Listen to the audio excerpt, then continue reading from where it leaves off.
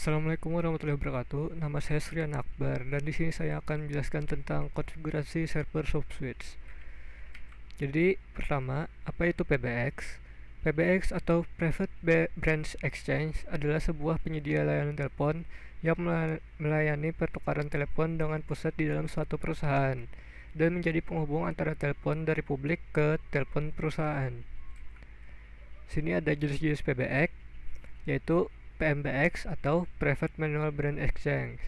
PMBX merupakan sebuah sistem hubungan telepon yang pengoperasiannya melalui operator. Setelah itu ada PABX atau Private Automatic Branch Exchange, merupakan sebuah sistem hubungan telepon yang pengoperasinya tanpa melalui operator. Selanjutnya ada IPABX atau Electronic Private Automatic Branch Exchange. IPABX adalah sebuah sistem PABX yang dibangun menggunakan sinyal dan kontrol switching elektronik. Setelah itu ada KTS atau Key Telephone System, merupakan versi yang lebih kecil dari sebuah PABX yang menyediakan langsung ke STO atau Central Telepon Otomatis. Terakhir ada PNX atau Pocket Network Exchange. PNX adalah sebuah tempat penyambung komunikasi yang menggabungkan PBX dari fungsi VoIP. Selanjutnya ada sistem PBX. Sistem PBX ada 4. Yang pertama adalah PBX digital. PBX digital adalah PBX yang mempunyai output atau extension berupa data digital. Yang kedua ada PBX analog, merupakan sistem PBX yang mempunyai output analog atau extensionnya berupa sinyal analog. Yang ketiga ada PBX hybrid. PBX hybrid adalah PBX yang digunakan atau gabungan antara PBX analog dan PBX digital. Yang keempat ada PBX IP. PBX IP adalah PBX yang menggunakan protokol IP untuk interkoneksi ke pesawat teleponnya. Selanjutnya ada sistem PBX berdasarkan sisi link. Yang pertama ada hunting group. Hunting group adalah sekelompok nomor ekstensi yang diatur untuk memprosesnya panggilan tertentu. Yang kedua, BIRA atau Basic Rate Access adalah salah satu tipe konfigurasi pada layanan Integrated Service Digital Network atau ISDN yang dapat digunakan dalam subscriber line untuk menangani layanan komunikasi data atau suara dalam sistem telepon analog. Yang ketiga ada DID atau Direct Inward Dialing, adalah layanan yang diberikan provider telepon yang memungkinkan alokasi sejumlah nomor telepon yang terkait dengan satu atau lebih saluran telepon. Yang keempat ada PRA atau Primary Rate Access, adalah tipikal layanan PBX yang dimungkinkan terjalin koneksinya telekomunikasi digital end-to-end, dapat menangani 23 jenis sambungan secara bersamaan. Sini ada sistem hunting. Sistem hunting adalah sekelompok nomor ekstensi yang diatur untuk memproses panggilan tertentu. Pada umumnya, sistem hunting ini digunakan untuk acuan algoritma dalam proses menyambungkan komunikasi antara penggunanya. Perbedaan sistem hunting dengan PBX. PBX adalah sistem lengkap yang menyediakan panggilan telepon melalui jaringan data IP. Sedangkan sistem hunting adalah metode mendistribusikan panggilan telepon dari nomor telepon tunggal ke beberapa kelompok saluran telepon. Setelah itu ada jenis-jenis sistem hunting. Yang pertama, circular hunting. Pada circular hunting, proses hunting dimulai dari mencari member berdasarkan digit nomor yang ditekan atau di dial. Yang kedua ada regular hunting. Regular hunting akan mencari member yang dituju berdasarkan nomor dialing yang ditekan atau di dial. Yang ketiga ada 2WF dan 2WB. 2WF dan 2WB merupakan jenis hunting linear yang sering diimplementasikan untuk sambungan panggilan dua arah. Yang keempat ada GUCD dan UCD. Persamaan kedua jenis hunting ini adalah proses pencarian dilakukan secara merata terhadap semua member sehingga sangat cocok untuk panggilan terminating. Yang kelima ada ANNC hunting. Tipe ANNC hunting ini memiliki konsep kerja mirip dengan GUCD. Perbedaannya adalah pada ANNC, proses terminating yang ditujukan pada announcement. Arsitektur PBX ada 6. Yang pertama adalah signaling cards. Signaling cards adalah penerima atau pengirim pensinyalan dengan extension DTMF atau Dedicated Pulse, dan pensinyalan dengan Central Public DTMF atau MFC atau Dedicated Pulse. Yang kedua ada line cards, merupakan terminasi atau interface antara saluran extension dengan sentra PBX.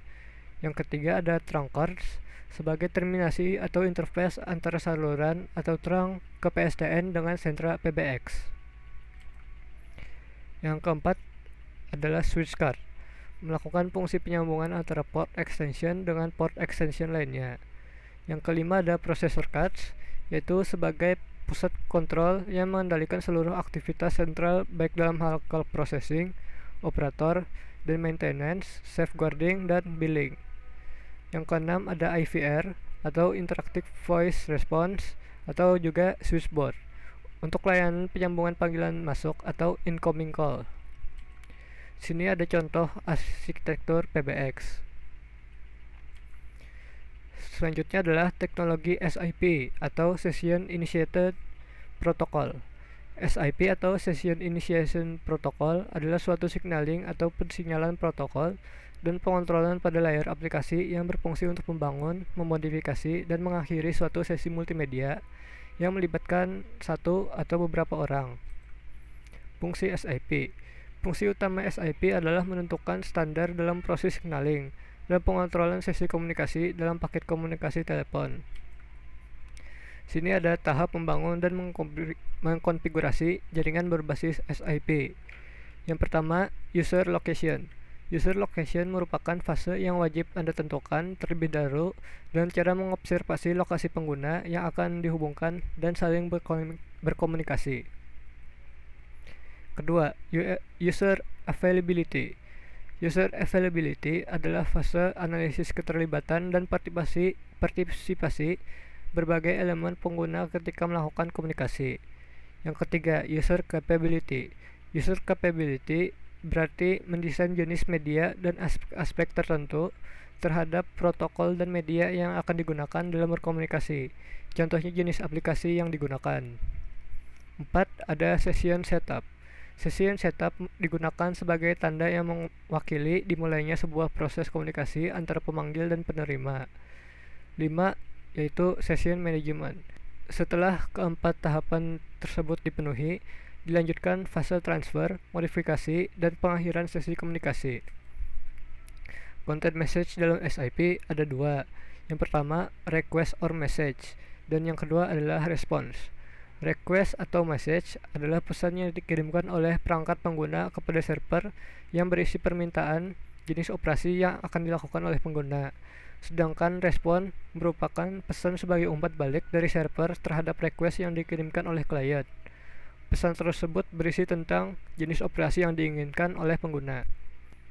Dalam pengiriman request dari klien ke server, ada beberapa jenis elemen yang penting dalam konten pesan tersebut, antara lain sebagai berikut.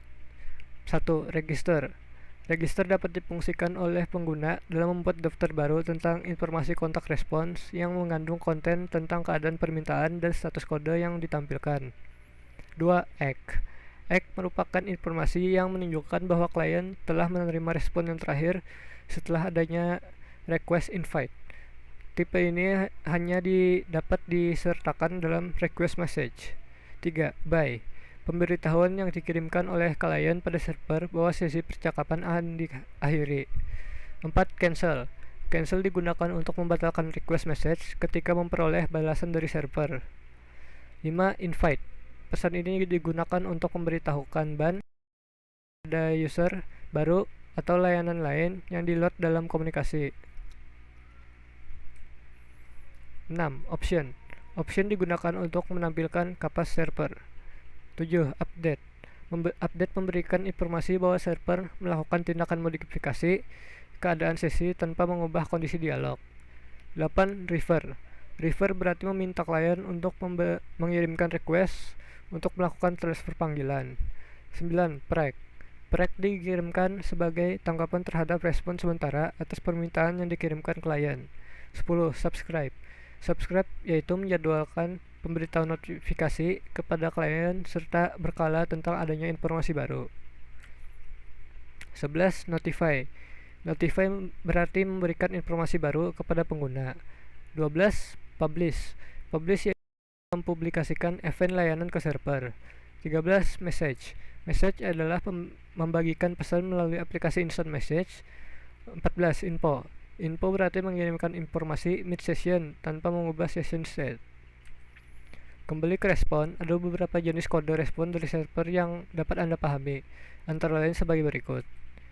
1xx. 1xx disebut dengan provisional atau sementara, yang memberikan informasi bahwa request telah diterima dengan baik dan sedang dalam pekerjaan. 2xx. 2xx disebut dengan sukses, yang memberikan informasi bahwa request telah berhasil diterima dengan baik. Permintaan tersebut dikenal dalam daftar operasi yang tersedia dan telah disetujui untuk dieksekusi. 3xx. 3xx disebut redirection, yang mendeskripsikan bahwa request yang diterima memerlukan keterlibatan proses tindakan lebih lanjut. 4xx.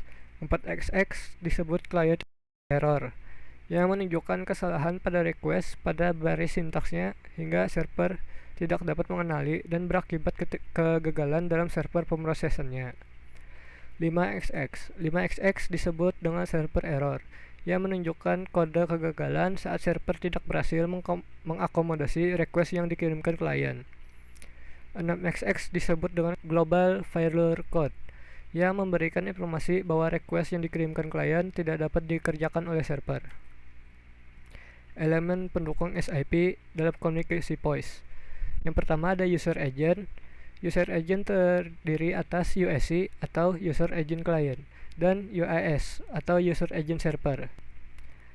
UAC berperan mengirimkan permintaan SIP dan akan diterima oleh UAS.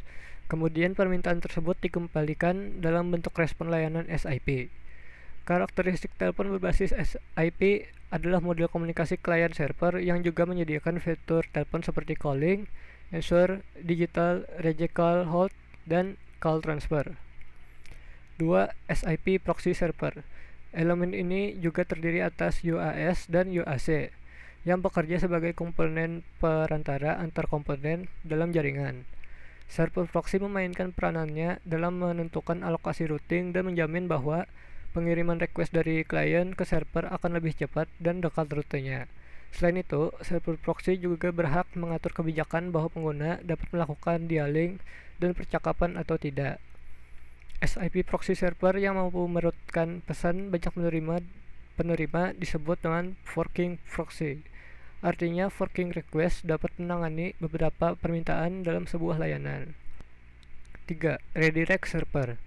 Redirect server merupakan server pengalih yang menghasilkan kode respon 3xx atau redirection pada setiap permintaan yang diterimanya. Selanjutnya, request tersebut diarahkan pada klien yang dituju dengan cara menghubungi alamat URL. 4. Registrar. Registrar merupakan endpoint dalam sistem SIP yang bertugas menyediakan layanan lokasi dengan cara menerima setiap permintaan register dari klien, mencatat dan menyimpan alamat dan parameter dari setiap user agent. 5. Session Border Controller.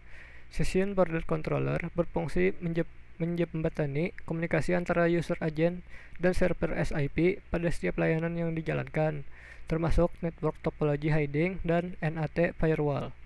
6. Gateway. Gateway dapat digunakan untuk mengkoneksikan jaringan SIP ke jaringan lain, seperti jaringan PSTN atau jaringan packet switch. Ya, sampai di sini saja penjelasan dan presentasi saya tentang server subswitch. Apabila ada yang salah, mohon dimaafkan. Saya pamit dulu. Wassalamualaikum warahmatullahi wabarakatuh.